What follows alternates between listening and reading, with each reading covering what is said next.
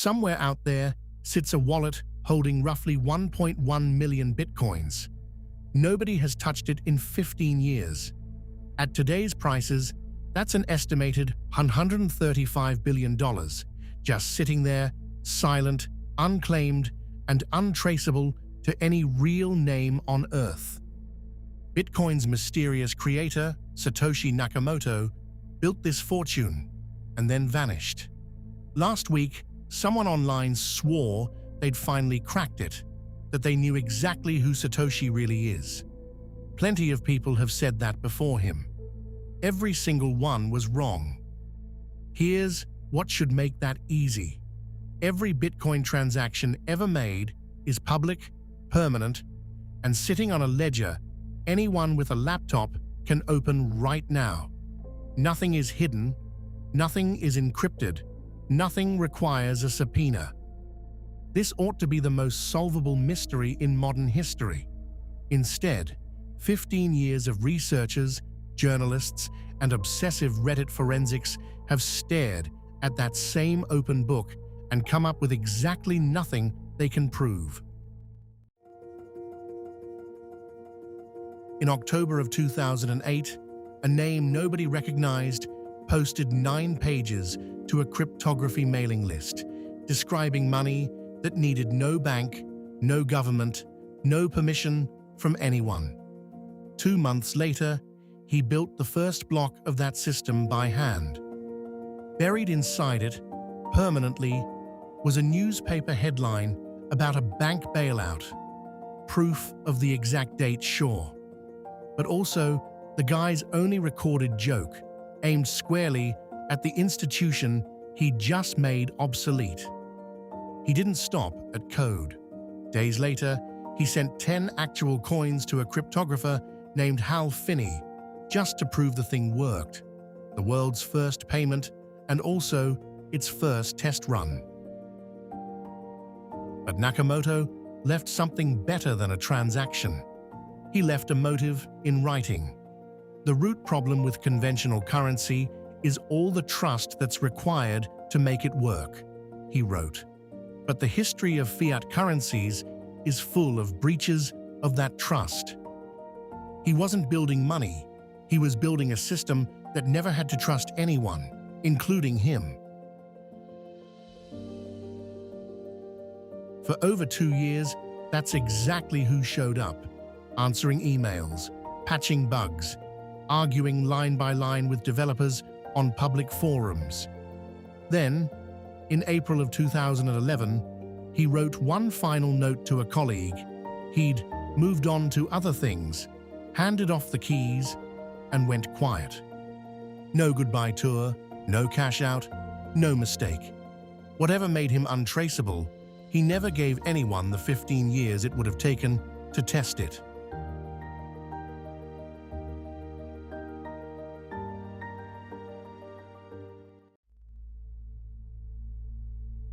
That untraceability turned out to be a myth researchers were eager to test. Researchers, including those at UC San Diego, began treating the blockchain like evidence, tracing coins address by address and matching spending patterns to known exchanges and services to map transaction flows. The results were embarrassing for anyone who thought a wallet address was a disguise. Blockchain analysis revealed that while Bitcoin's protocol could provide anonymity, the way most people actually use it fails to achieve that privacy. Transactions can be traced to exchanges and spending patterns exposed. Ordinary users were leaving fingerprints everywhere. Whether Nakamoto left the same ones is the 15-year question nobody's answered.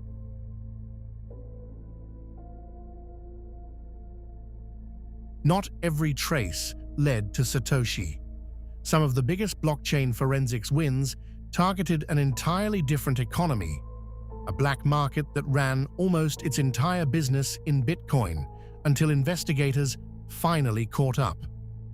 The same boom that fueled the mystery also fed a very real hardware industry, as chip makers scrambled to build machines built for nothing but mining coins.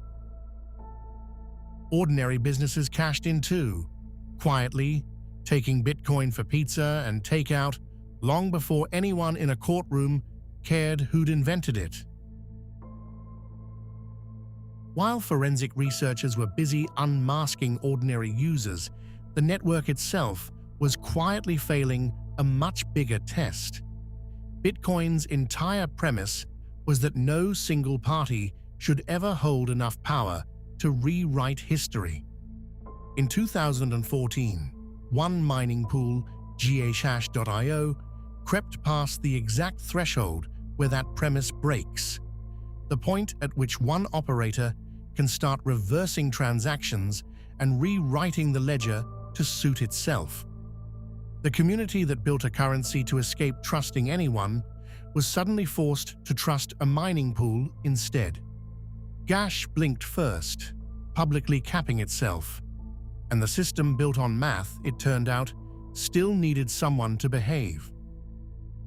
Trust, it turned out, abhors a vacuum, and into that one stepped a man with an answer nobody asked for.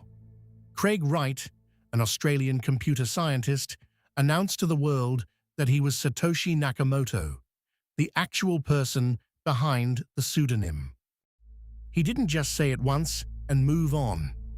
Wright spent years in courtrooms, filing lawsuit after lawsuit, trying to get a judge to make the claim legally official, to turn a username into a verdict with his name on it.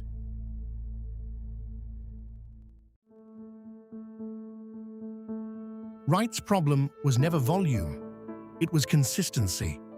Every time he produced proof, it changed shape.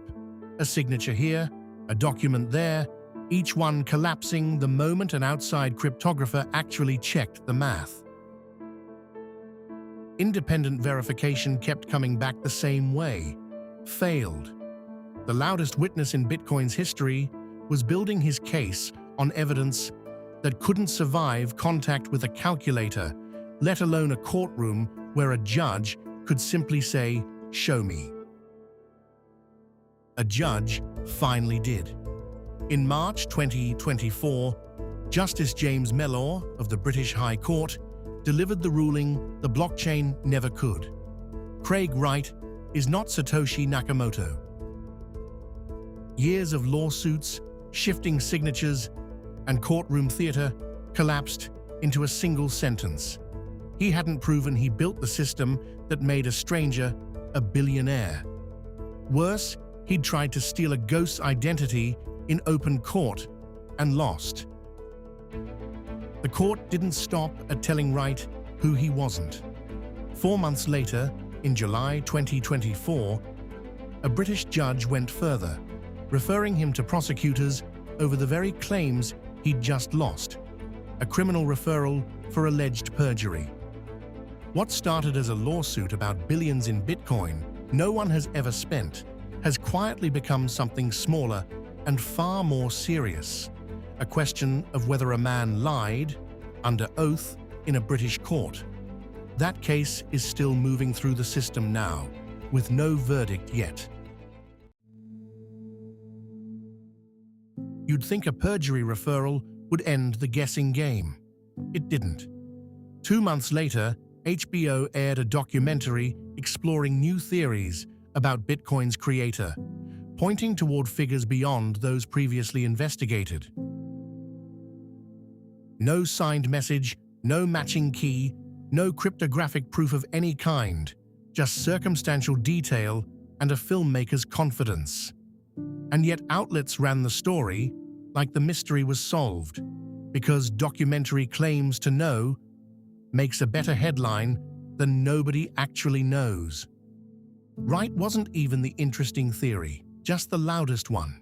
Researchers have floated British academics, Japanese engineers, a whole cast of cypherpunks who wrote suspiciously like Nakamoto himself. Even Hal Finney and Nick Szabo got named, mostly for using the word timestamp with a little too much confidence. Forensic linguists compare writing styles, bloggers compare time zones, and then, without fail, the theory quietly dies of embarrassment, unproven. While the guessing game plays out in courtrooms and documentaries, the actual prize just sits there, quietly outgrowing all of it.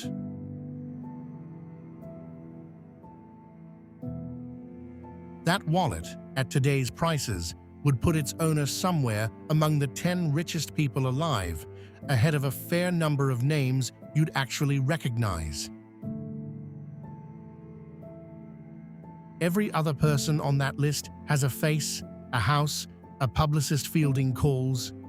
This one has a login nobody's used in over a decade and a fortune large enough to buy a small country's silence, sitting instead on his. He never explained why he left, and the record never will either. No manifesto, no falling out on record, no health scare, no arrest. Just a man who built a machine to run without him, then made sure it did. Maybe that's discipline, a founder who understood that his silence was the final feature. Maybe it's simpler and sadder than that.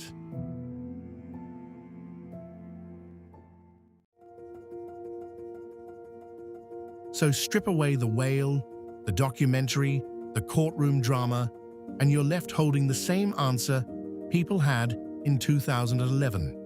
Nobody accidentally revealed anything. No forensic breakthrough, no leaked key, no confession survived contact with scrutiny.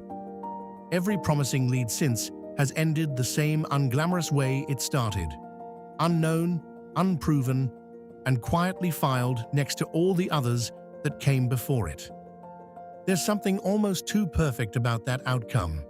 Nakamoto built a currency to eliminate trusted middlemen, and the system's biggest unresolved variable is now the founder himself. Banks answer to regulators. Governments answer to voters. Bitcoin has run for over 16 years, answering to nobody, without its creator ever once confirming, from anywhere, that he's still breathing. That perjury case is still crawling through British courts, no verdict yet, just paperwork, which makes for a strange kind of irony. Out of everyone who's ever chased this myth, the one who finally faces real consequences is the one guaranteed not to be Satoshi. Not the forensic teams, not the documentary crews, not the anonymous forum sleuths comparing timestamps at 3 a.m. Just the man a judge already ruled out, now waiting to learn if lying about being a ghost counts as a crime. And that's the quiet horror under all of it. Somewhere, a person alive today might be holding the private keys to a fortune that size, choosing never to open the laptop again. Not lost, not dead, just done. Which means the biggest financial mystery on the planet might not be a whodunit at all. It might just be someone who logged off and never felt like logging back in. He's not the only ghost this industry has made. Somewhere out there, a warehouse of exchange wallets is still missing too.